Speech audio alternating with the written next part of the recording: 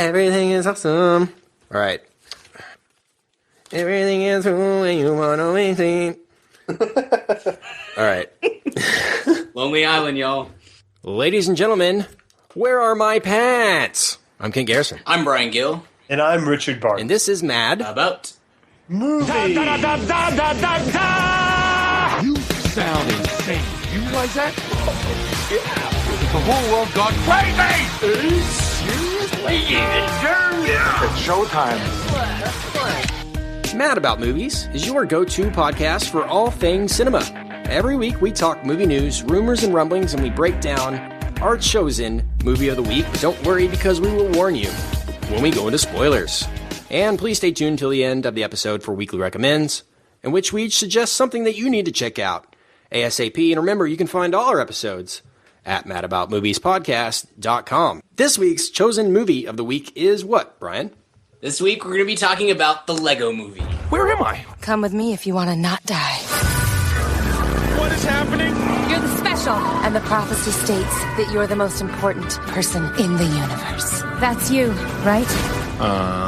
Yes. That's me. Relax, everybody. I'm here. Batman? Awesome! Who are you here to see? I'm here to see your butt. Oh my gosh! Pow. Wham. First try. Guys, I know we just finished our top 10s for 2013 a couple weeks ago. But I'm going to go ahead and go out on a limb and say I've got my first entry into my top 10 of 2014. That's a guarantee. Yeah, Vampire Academy is pretty high on my list, too. Yeah. Is it the sequel to Show? We talked about animation before on this show, you know, with, I think, Monsters University, was it? Yeah. Yeah. Is that the only one we've Is that the only animated movie we've done? I think so, because y'all never saw Frozen, so I think that was... Yeah, we should have done I a didn't Frozen. see Frozen, We no. should apologize. That was a bigger hit than we anticipated. Oh, it was a bigger hit than Disney anticipated. Yeah, so... I was at Disney World 2 weeks after that movie came out, and it's like, you know, the biggest... Was it the biggest hit of the year? It was top 5, for sure. I mean, just a huge monster hit. I don't think it made more than Despicable Me 2. Despicable Me 2 made over $1 billion. I think Frozen's like still under $1 billion. Regardless, huge movie, and I was in Disney World, like the heart of where this stuff is, and there was not a single thing in the park related to Frozen. So Wow. They did not. I don't think they had any idea what kind of hit they had on their hands.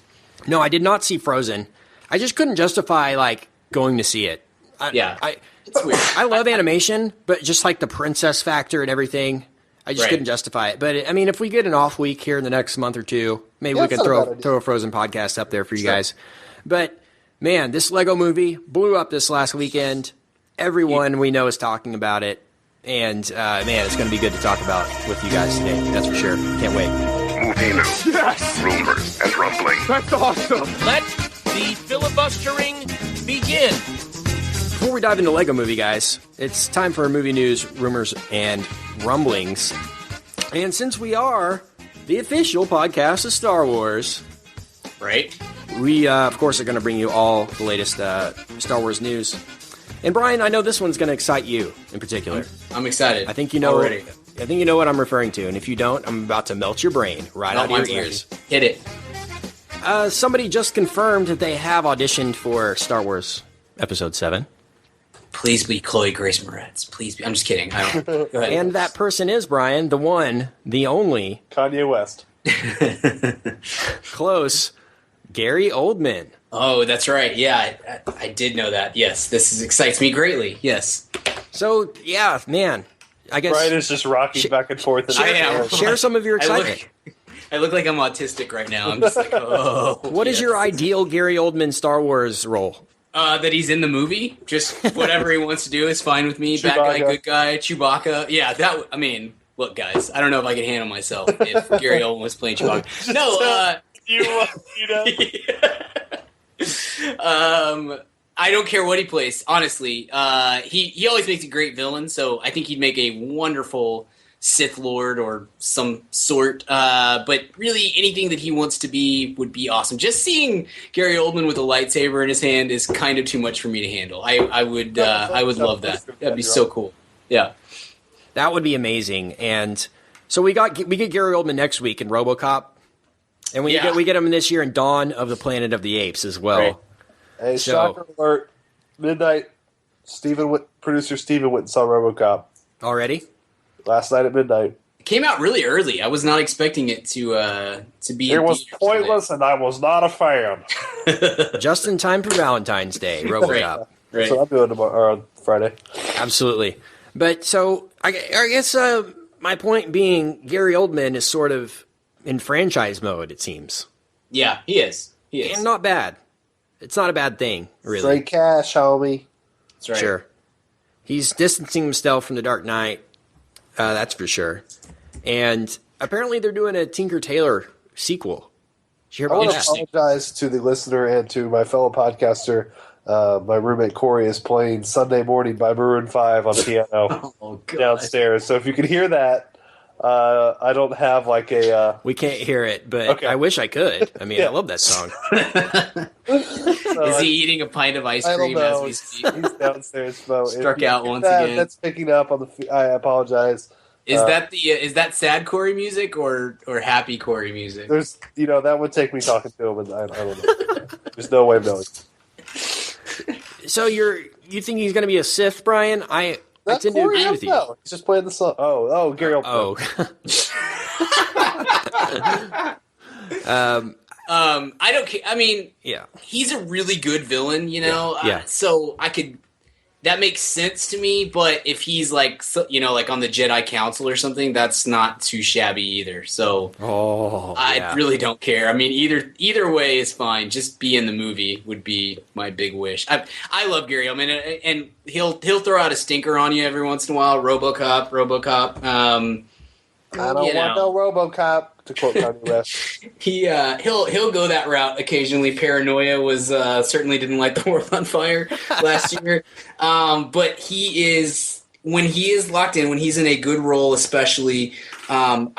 There are very few actors like him that are. I mean, he's the great chameleon. He locks into whatever role he's doing and becomes that character in such a fantastic way. So I'd love to see him do pretty much whatever he wants to do with this franchise.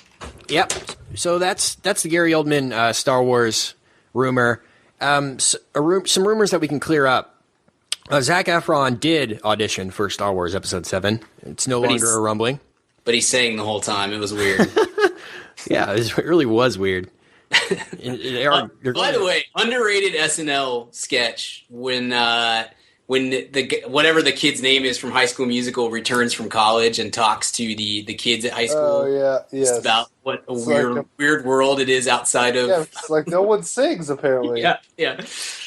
Strong bit, by the way. It is probably Efron's best work.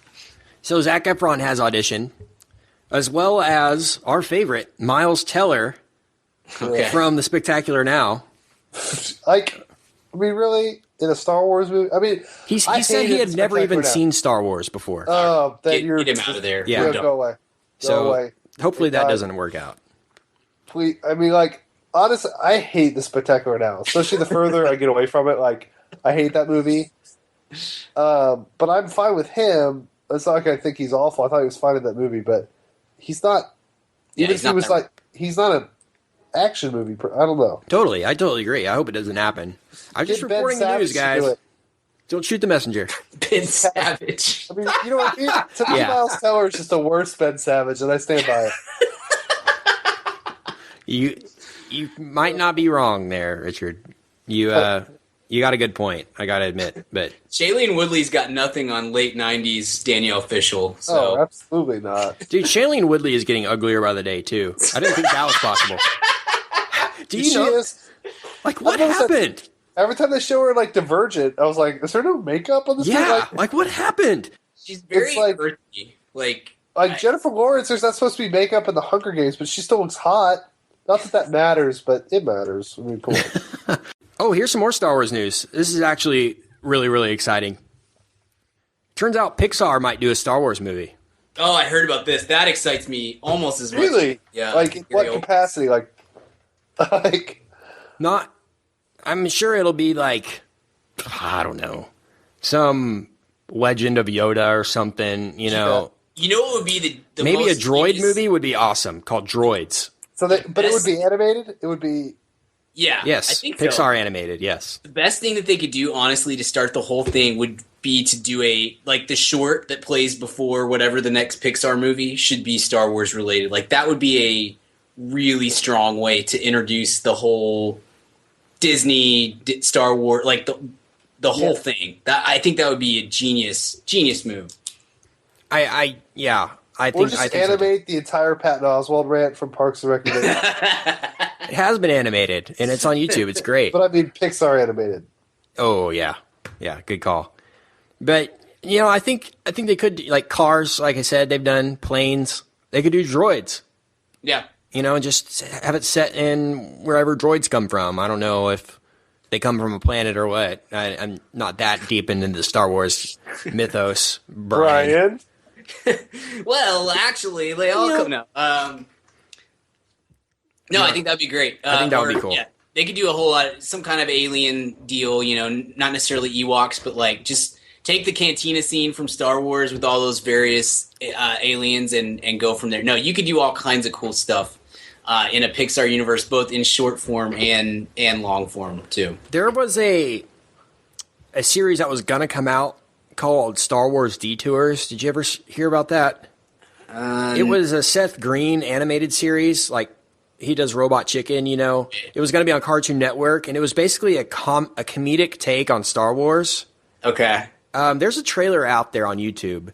It's worth checking out. I would watch the show. It's pretty funny. But so Disney delayed it. I mean, when Lucas sold Disney Star Wars, they're like, hey, we can't put this out right now until we at least have these first movie out, you know. So they've delayed Detours for a while, but I could see Pixar doing something sort of similar to that. So I think go on YouTube and check out Star Wars Detours, and that might give you sort of a vibe of what they might be going for. So I will recommend that first off. But any other movie news, rumors, rumblings you guys want to discuss? I haven't asked you guys in a long time. I've got some other stuff, but I just wanted to... No, we've grown completely complacent and lazy now. No, we know. Here's something that's sure to work. excite you, though, and I know that's for sure. This is Avengers Marvel news. Is it Cheyenne Woodley related? No, it isn't. It's close, though. I thought it was a birth date or something you might have. Paul Bettany. Oh, no. Paul Bettany Yeah, I saw this. is having a on-screen role in the Avengers Age of Ultron. Promoted, yeah. But weirdly, he's playing an angel for no reason. Just... He keeps getting typecast.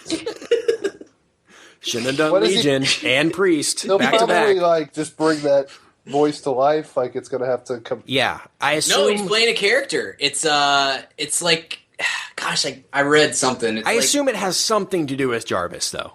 It's not. It's something. It's like a villain or something. It's something that was created by Ultron in the comics, like some kind of being. I don't know. I have to look it up. I don't see how it's going to work. How are they going to have Jarvis and him in the same movie? I guess he'll the have same to do voice. Maybe they change his voice. voice For. I'll look it up. I don't know. Yeah, look that up, because I'm interested to know. It's playing the Vision. I know the character's name is the Vision. I thought he came from Jarvis, like some sort of evolution of Jarvis or what Jarvis becomes, but I don't know for sure. And I'm sure there are Marvel fans that are probably yelling right now listening to this. But and we are losing fans left and right. But Sorry, there's other Marvel news. The leading lady has been cast for Ant-Man. Next, Ant-Man comes out 2015. It stars Paul Rudd and Michael Douglas. Leading lady is Evangeline Lilly. Yeah, sure. Okay, that works. So, thoughts on her? Big fan. Big fan? Big fan of Lost, or? No, I've never seen. No, I don't think I've ever seen her in anything. Saw her in the Hobbit movie.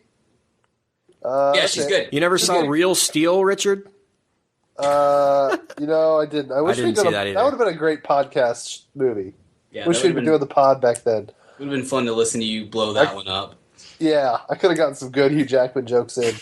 No, but I'm a big fan of hers. Just like I think she's pretty. Right. So that's fun, and I like Paul Rudd. I'm No, it's psyched for true. Ant-Man. She hasn't really done anything besides Lost, so I don't expect. Yeah. She did, yeah, like you said, The Hobbit, but I'm excited for Ant-Man too. I'm psyched for Ant-Man. I think Edgar Wright and Paul Rudd's a really interesting combination, and it'll be interesting to see how they integrate that character with Phase 4. But yeah, that's probably my most anticipated Marvel release. Wow. Followed by Guardians of the Galaxy, which I'm getting more and more excited about. But that one's number one. Yeah, I was at the Winter Comic-Con here in Dallas last weekend, and Karen Gillan was there.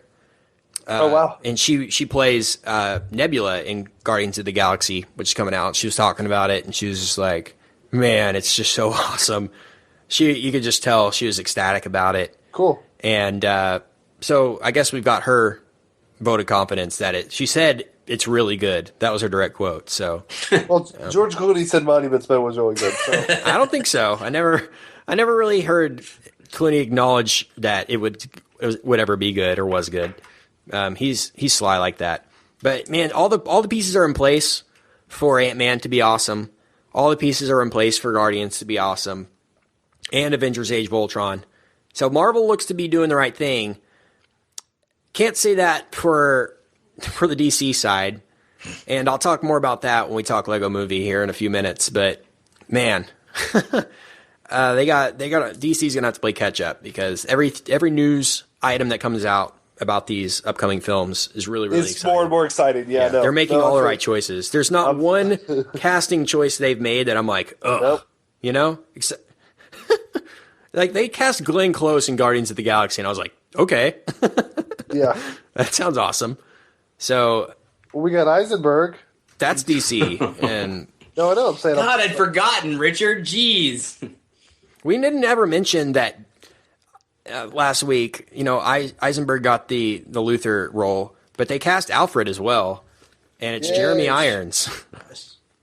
Yay! So yay!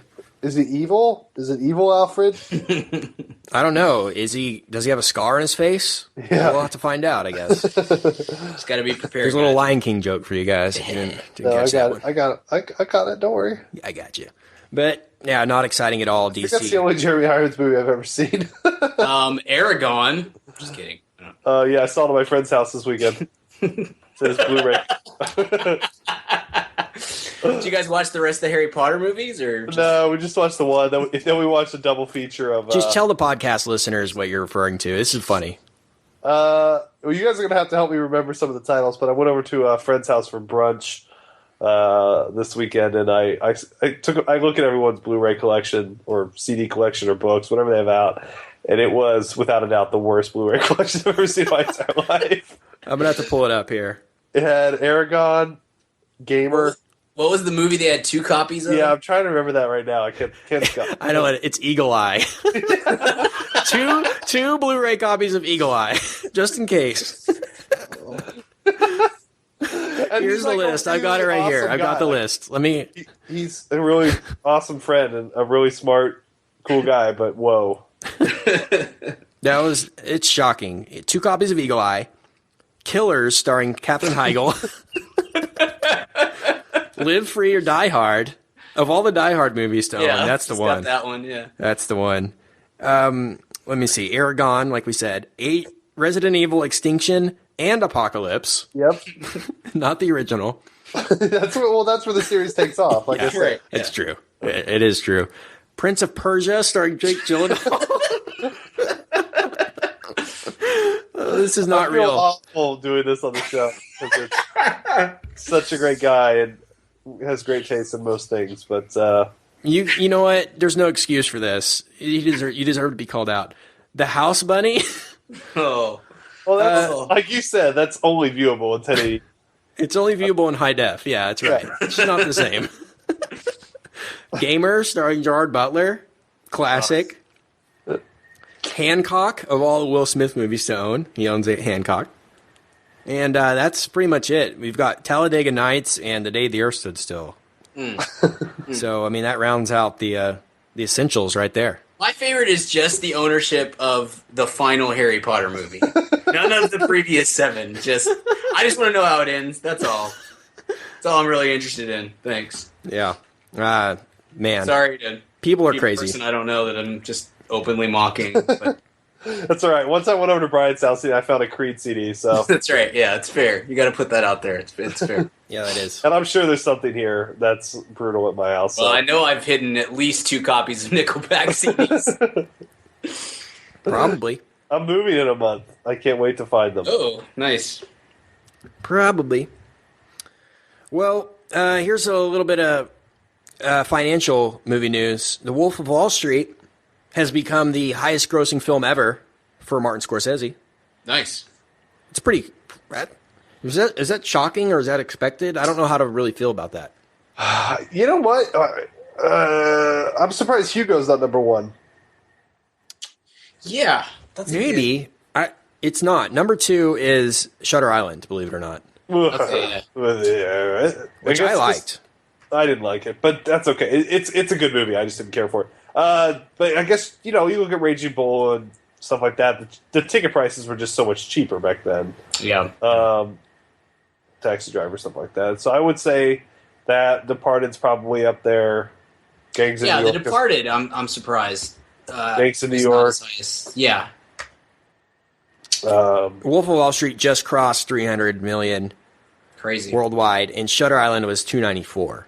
So that sort of gives you an idea. Departed was 289, so they were all kind of... What was Hugo? It was only like 150. Yeah, I don't think Hugo was a big hit. It was good. It was great, but it just wasn't a big not because box it was a office kids' hit. movie. More people saw it, but 185 was the total, including, overseas. had it was to have only like cost 200. 73 here, yeah. Wow.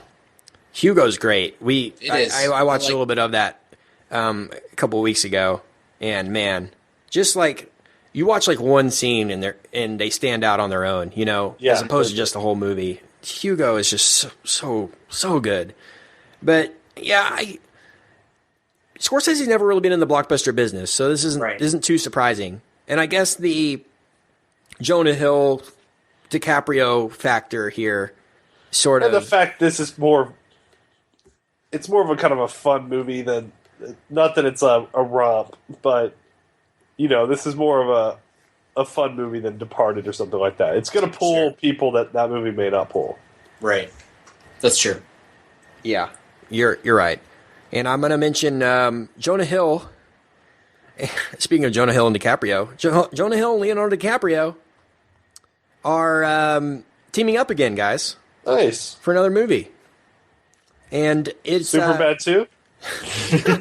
How great would that be? Oh my God. I am dying to see Leo play that kind of a role. Like something total slapstick throwaway comedy. I think that would be a great move on his part. Just to show off. Because he's got great comedic timing. I mean, Catch Me If You Can and Wolf of Wall Street are hilarious. Growing Pains. Growing Pains. Yeah. It'd be great to see him So do the something like that. movie it is, it's a movie about the 1996 Olympic bombing. Oh, the Richard Jewell movie. Yeah. So Jonah Hill is playing Richard Jewell. Yeah. And DiCaprio is playing his lawyer. And so for those of you who don't know, Richard Jewell is a security guard who found the backpack and cleared people away. He was basically a hero, and the bomb went off, and he ends up getting blamed for the bombing. Yeah. So that's the movie. There's a 30 for 30 short that just came out this week about that whole thing too. If you're interested in that, one of the most kind of sad, disgraceful things ever. Yeah, just horrible mob mentality and just I remember Norm used to do this joke where for a couple years on SNL when Norm was doing Weekend Update and they'd be like there was a murder serial killer in Wyoming they can't figure out, but I can tell you who it probably was. Richard Jewell. He would blame Richard Jewell for random crimes. But man, that's exciting, though. Yeah. It's like, man, what if this is the new team of act?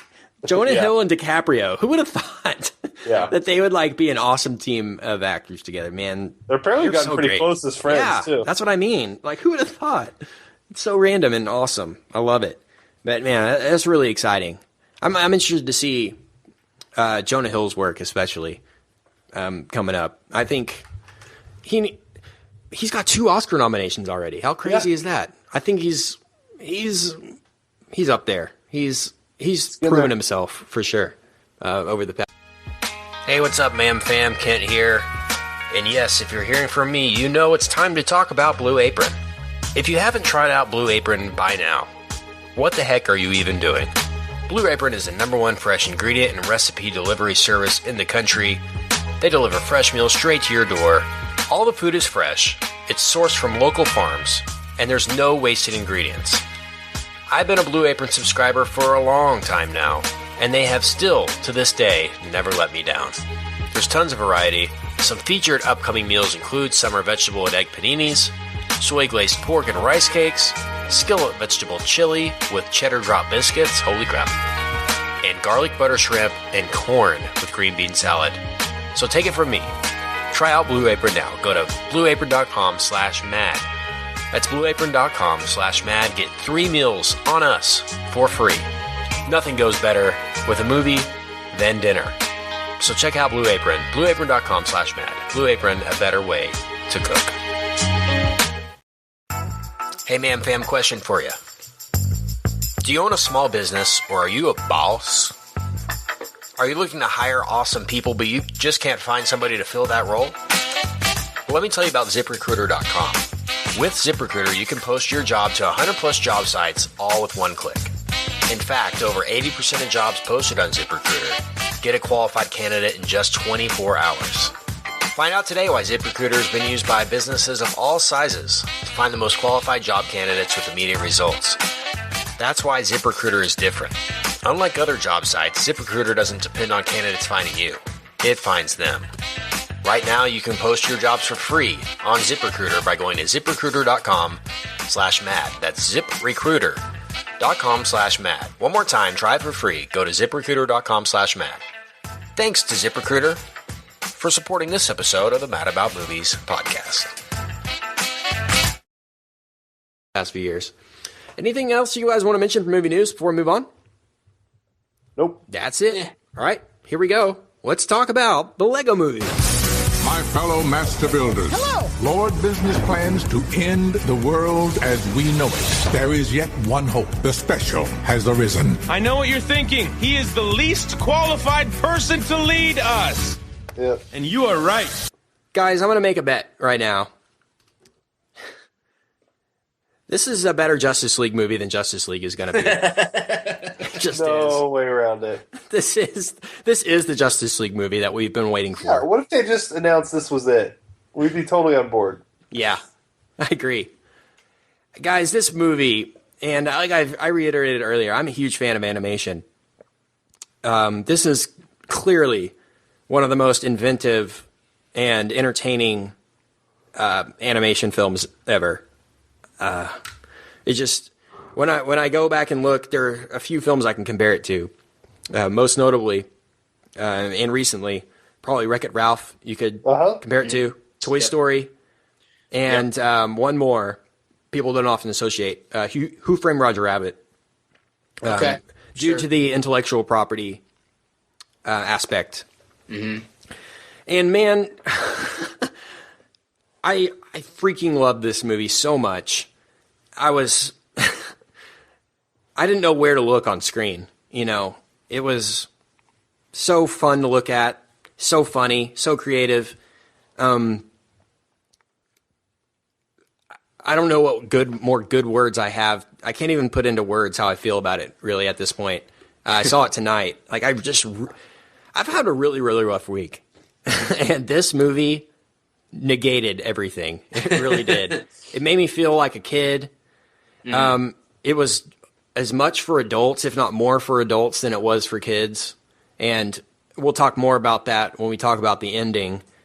It's a masterwork, really. And it's beautifully animated in every single way. There are so many Easter eggs here. And so many little things in the background that it's going to take me 5 or 10 even maybe viewings to catch everything that's buried in this movie. But I'm so high on this movie right now. And like I said, this is probably a guarantee for my top 10. I don't see how any animated movie especially is going to knock it out this year. So what is your initial impressions, Brian, of the Lego movie?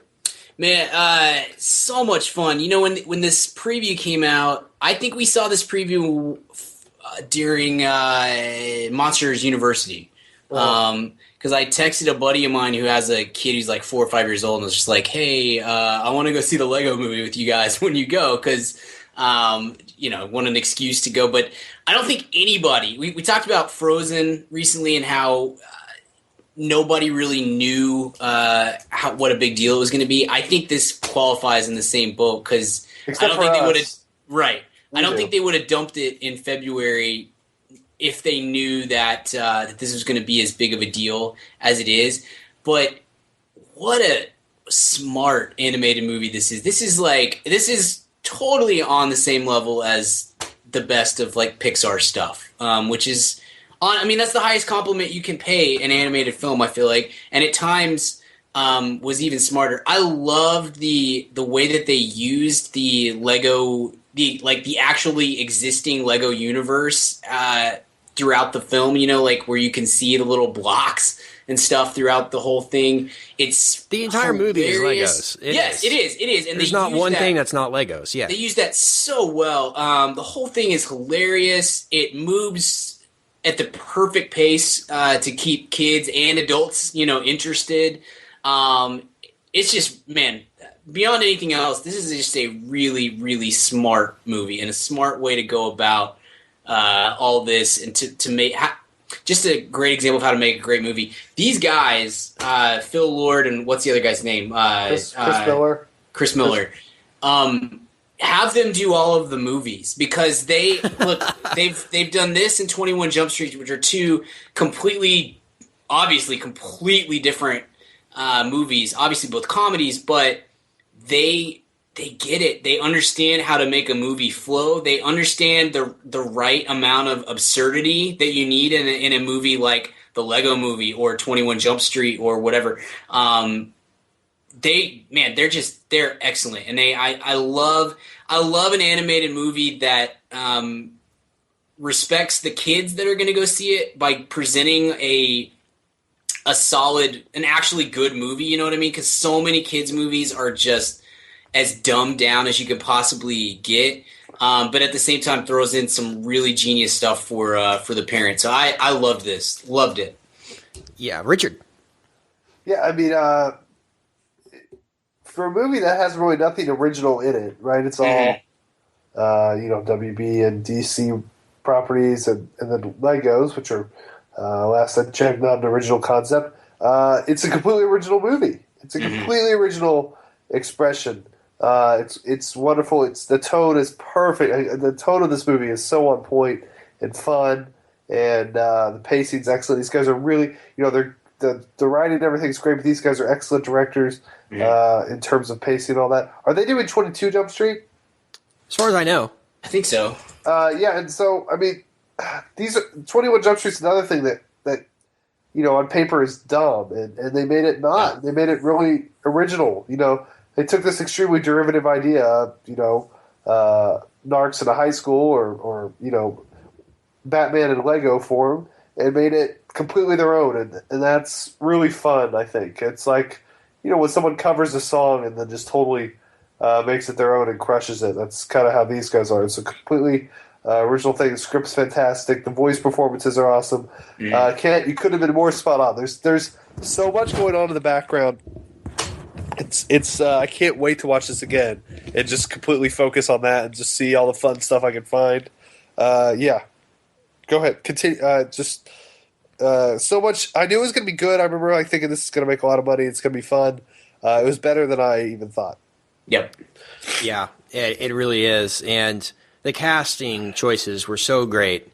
Mm-hmm. It seems like they picked everybody in Hollywood with a recognizable voice for the cast.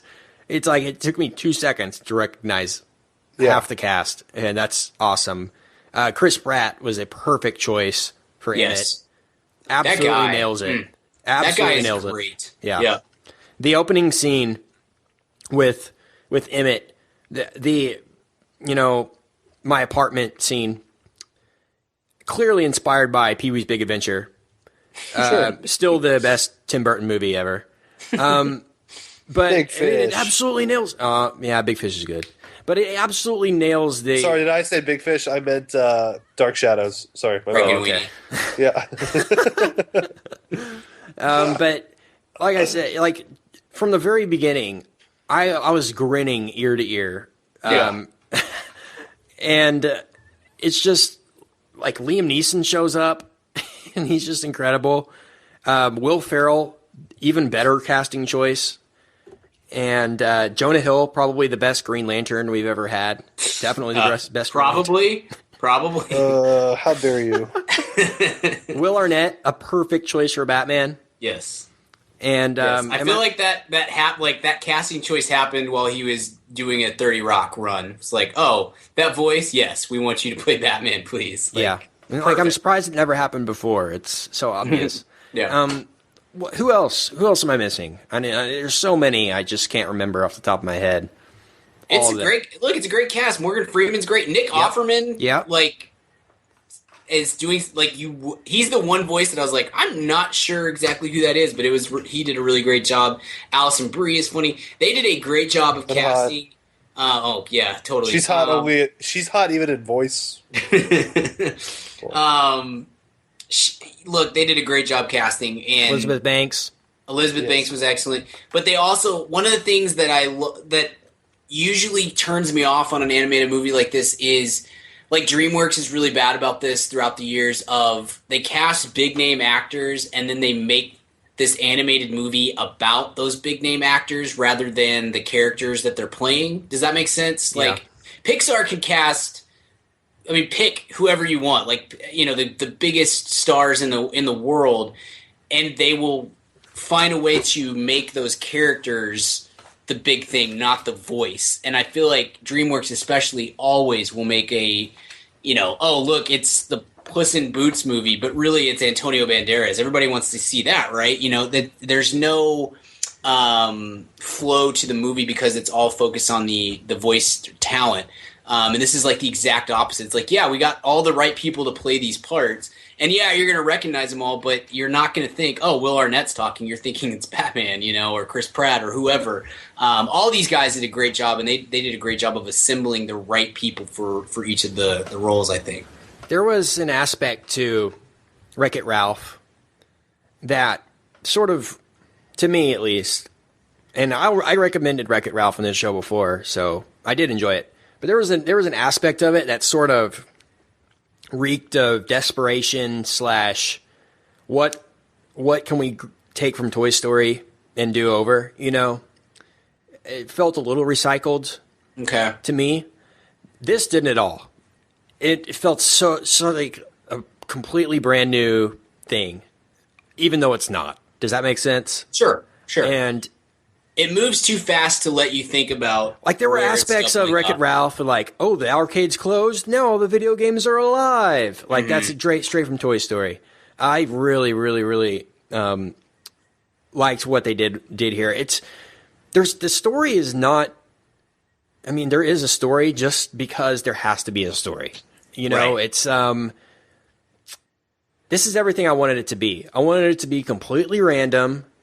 One-liners every 5 seconds, as many characters as you can possibly cram into it, and as many random characters as you can. Like that, they didn't just choose the biggest names; they chose the randomest ones they could find. Like they have Milhouse from The Simpsons. They have Michelangelo and Michelangelo, right?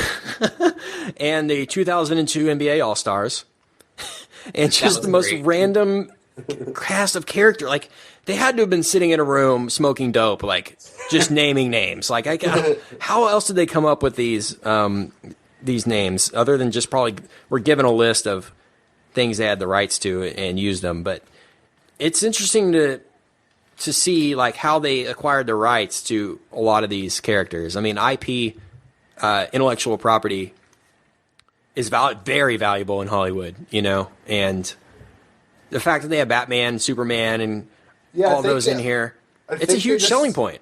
Kind of shoehorned it into a contract to make the toys that they had the rights for Lego branded properties. Yeah, I'm sure. And That's what I was thinking too. I was like, they probably don't have the rights to the characters themselves. They have rights to the Lego versions of those characters. Exactly. Right. Yeah. And as long as it's a Lego branded property, whether it's a video game or anything like that. And I think it was probably a little bit of a contractual oversight that they didn't think they would make a Lego movie. Right. And next thing you know, here it is. Yep.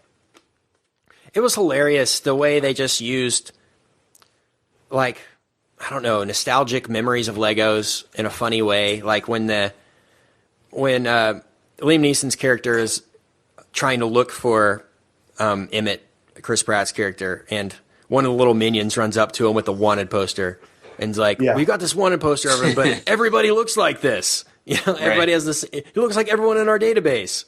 That's hilarious. Like, I love that. And the stuff with the hands, stuff with the hands, the holding hands is just hilarious.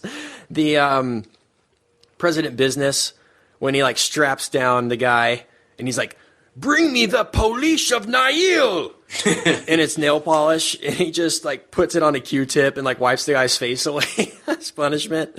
So genius. Like that's Toy Story level creativity right there. Yeah, and totally. And it's just so good, and it didn't feel forced. It was so great. I love the to the Batmobile, and then it gets blown up, and then to the invisible jet, and then it gets blown up. I love that. There's just so many. It's incredibly quotable. Like, my wife and I, when we were coming home, were saying that it is going to suck to be an elementary school teacher for the next 4 weeks because you're gonna get everything is awesome and oh my GOSH and all these catchphrases that are just filled. The movie is filled with them. Are just gonna be spouted over and over and over again for the next month or two. So. Sorry, if you're an elementary school teacher, you're probably going to hate this movie. We apologize, but no, great. Look, great stuff all around. So smart the way they used all the stuff that they had at their disposal, like you guys said with the licensing agreements and whatnot. I loved the introduction. Kate, you mentioned it already, of all the various. The scene characters, where Dumbledore and Gandalf, all that sort of, I thought that was council scene, yeah, so funny, so good. And speaking of characters, when the Millennium Falcon showed up, I lost it. I literally out loud said, "You've got to be kidding me!"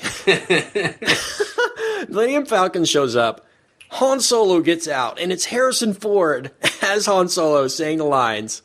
And then Batman jumps onto the freaking Millennium Falcon, and then Lando Calrissian pops out, and C-3PO, and it's those Chewbacca. actors. Don't you dare forget Chewbacca. Yeah, and Peter Mayhew, of course, Chewbacca. But there's those actors playing those roles. I was like, we haven't seen these actors play these roles since the original Star Wars, and I didn't even know that they had the rights to do this. They had to have reached some kind of agreement with Disney for that. I don't know. There's a lot of Star Wars. There's a lot of Star Wars Lego video. I realize that, Richard, but you got to believe Disney was like, "Hey, don't touch Star Wars and don't put Star Wars." It's like, this is a Warner Brothers movie.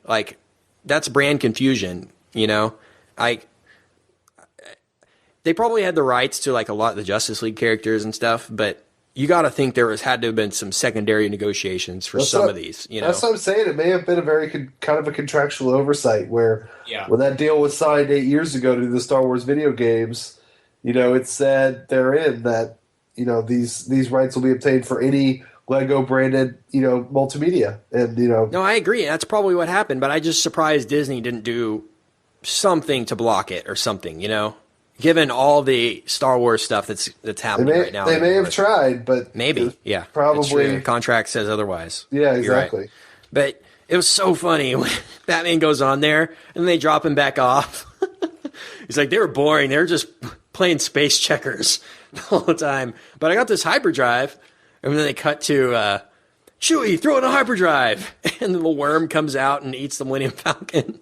There were so many little, it felt like an episode of Family Guy almost, where they'll describe something that happens and they'll actually show it, which I enjoy. Like I said before, I just so enjoyed the randomness of this movie, and I wouldn't want it any other way. And how random and quotable it is just makes me want to see it again, sooner, rather than let's focus on a great, heartwarming story. Which, by the way, had the heartwarming story.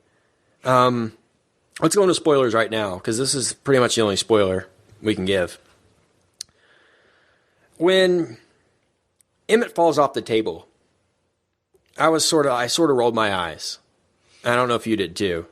And he realized he was in a real world setting. I was like, oh no, what's going to happen here? I was worried, I was like, it could. Well, you could see it coming for a while. Yeah. I mean, I think pretty clear early on, that's where we were headed, but they just did it in such a great way that, So he falls off the table, right? And we realize that this world they're in is in fact a world that's somebody has built of Legos.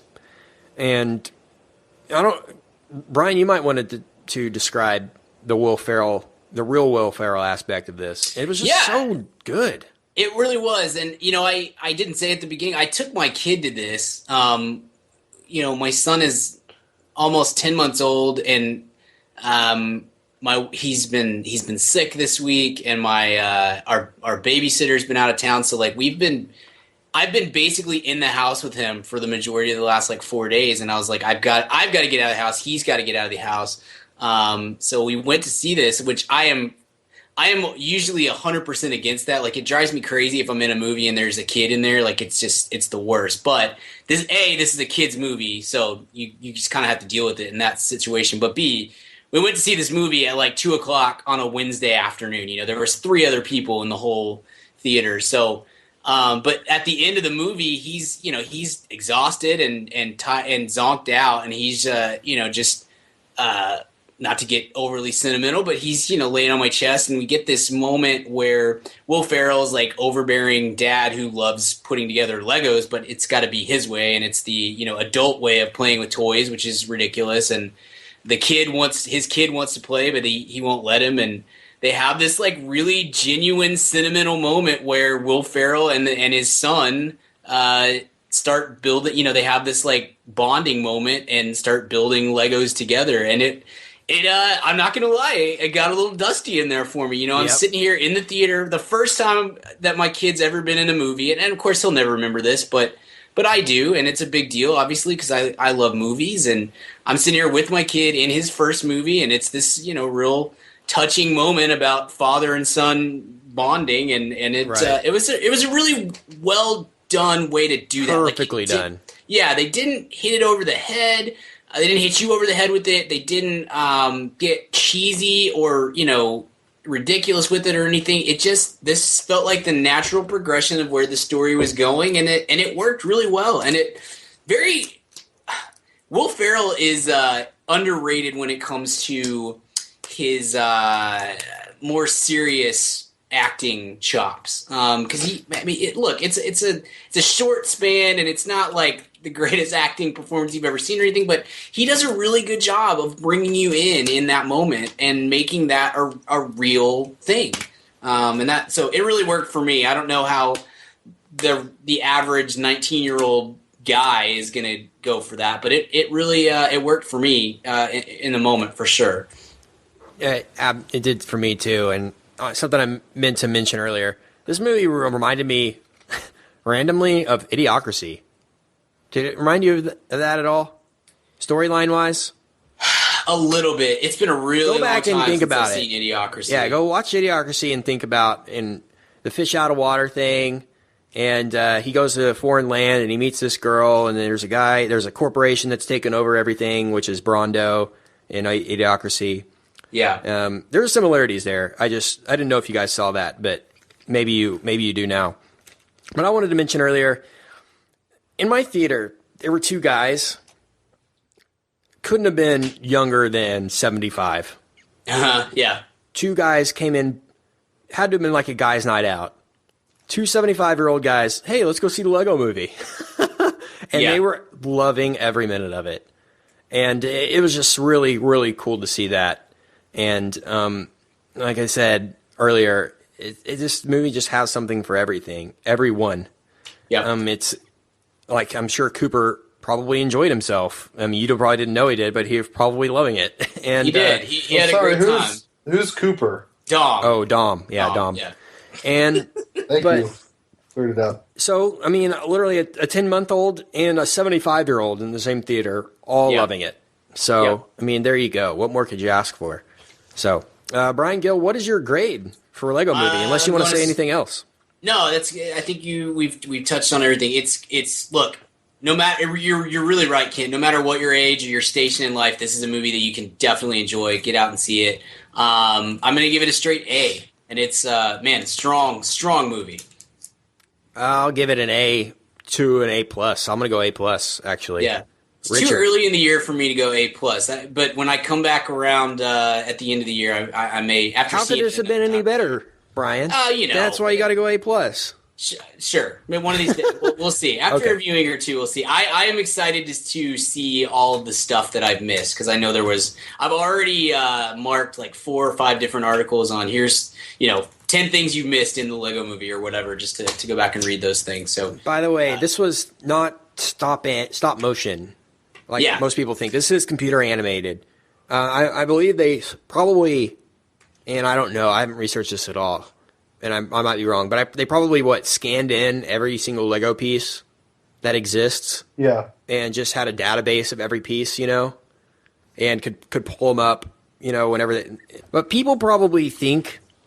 They're like, man, that must have taken forever to animate. But you know what? Probably the complete opposite. This probably was a lot easier to animate than people think because of the lack of motion in the characters.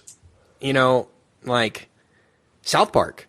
That's the reason they can do a South Park every week, is because there's so little animation with those characters. This is the same thing.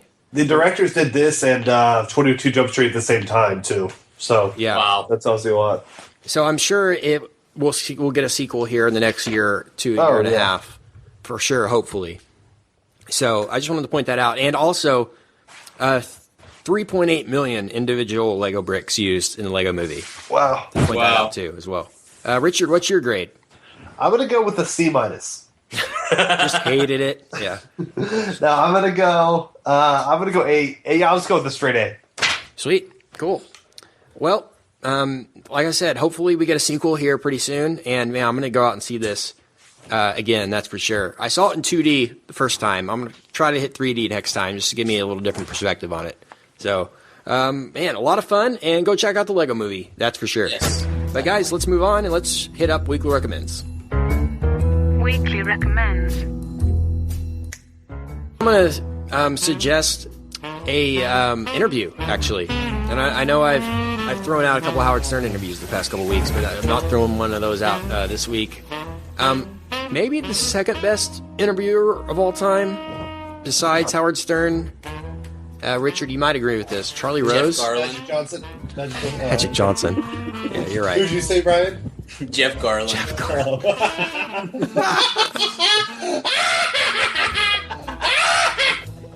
That was a clip from Jeff Garland's podcast. But I love Charlie Rose. Charlie Rose is the man, absolutely the man, and he interviewed Bill Murray for an hour. Oh my god! Recently. Whoa. Yeah, so I'm going to recommend that. I'll link it on our website, madaboutmoviespodcast.com. Click Weekly Recommends. Check it out. Unbelievable. What more can I say? American Treasure, Bill Murray, and Charlie Rose. So that's my recommend. Brian? Yeah, I'm going to recommend, since we're talking about an animated movie, I'm going to recommend another one. This week, today, or yesterday, I guess, for us, the Jungle Book was released on Blu-ray for the first time. One of my all-time favorite Disney movies. I mean, like, top 3 or 4 probably for me. I love the Jungle Book.